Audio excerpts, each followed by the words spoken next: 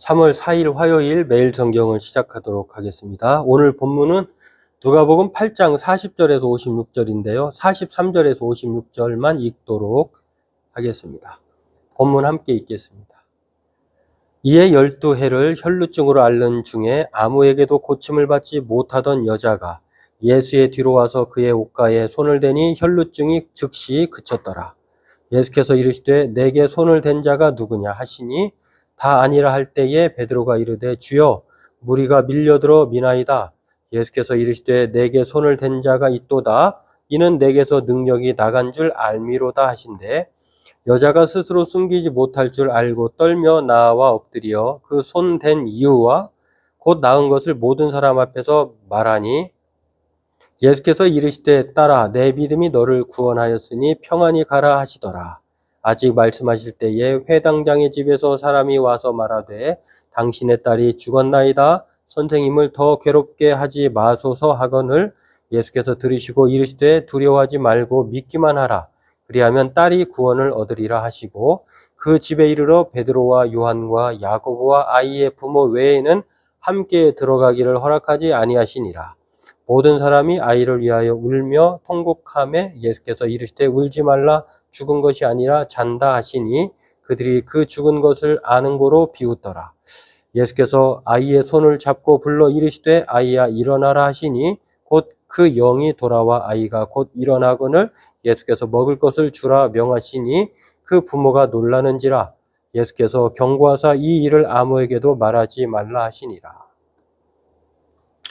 네, 오늘은 예수님께서 공교롭게도 같은 병을 혈루증, 피가 이렇게 마르는 피가 쏟아지는 그러한 병을 불치병이라고 할 수 있겠죠. 이 불치병을 앓고 있는 두 사람을 고쳐내는 사건입니다. 오늘 이것을 살펴보고 기도하길 원합니다.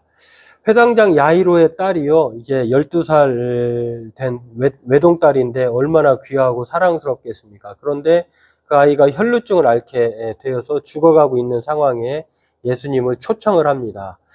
그런데 그 초청을 받아서 예수님이 회당장 야이로의 집에 가는 과정에서 공교롭게도 혈루증을 앓고 있는 12년 동안 모든 노력을 다 해봤겠죠. 12살 된 야이로의 딸, 12년 된 정말 아주 고난받고 또 고침받고자 하는 그 한 여인을 만나게 되는데요. 그 여인이 중도에 많은 군중들 앞에서 예수님의 옷가에 손을 댑니다. 그리고 그 혈루의 근원이 말라버리는 혈루병이 중단되는, 치료되는 사건이 벌어졌는데요. 이 사건을 통해서 한번 예수님은 이 여인이 왜 그렇게 되었는지, 그가 어떻게 해서 그렇게 낫게 되었는지를 그 여인을 불러서 말을 들어봅니다. 그래서 47절에 그렇게 숨김없이 떨면서 나와서 손을 댄 이유, 그리고 나은 것을 모든 사람 앞에서 말하는 것인데요. 그 여인이 즉시로 그 병이, 혈루병이 나았던 것은 오늘 이 여인의 말처럼 떨며 말을 하지만 예수님이라고 하면 자신의 질병을 고칠 수 있겠다. 예수님이야말로 메시아다, 그리스도다라고 하는 사실을 이 내용 속에 우리가 숨어 있는 내용이라고 말할 수 있겠죠. 그래서 예수님이 들어보고 그래, 타당하다라고 해서 이제 그렇게 모든 사람들에게 정말 예수님이 어떠한 분인지를 어떻게 보면은 간증을 통해서 예수님이 직접 말하지 않고 여인을 통해서 예수님이 누구인지를 드러내게 되신 것이죠. 그리고 예수님은 그 여인이 옳은 믿음을 가졌기 때문에 그를 구원하셨고 또 평안히 가라고 안심시켜 주는 것을 볼 수가 있습니다.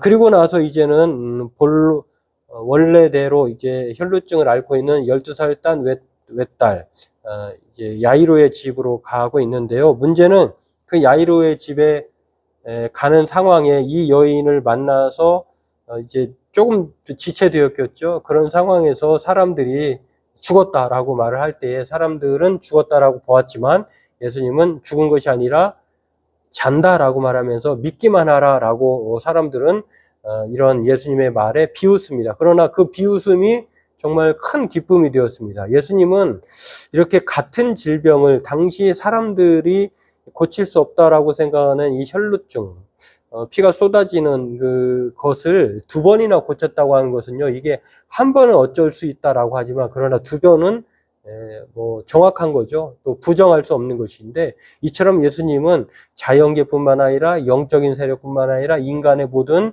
병마라고 하는 이 질병까지도 고치시는 참으로 하나님이시라고 하는 사실을 오늘 본문은 가르쳐 줍니다. 문제는 어떠한 상황에 있든지 간에 혈루의 근원을 마르게 하시는 그 여인이 손을 대면 낫겠다라고 하는 예수님에 대한 믿음, 그리고 사람들은 비웃었지만 그럼에도 믿기만 하라고 말씀하시는 예수님의 말씀을 통해서 이 믿음의 중요성이 얼마나 큰지를 가르쳐 줍니다.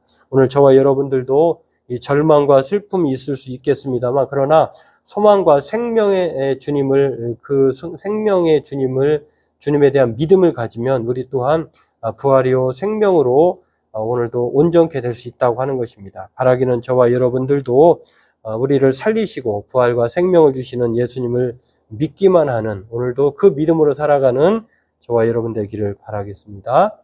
기도하겠습니다.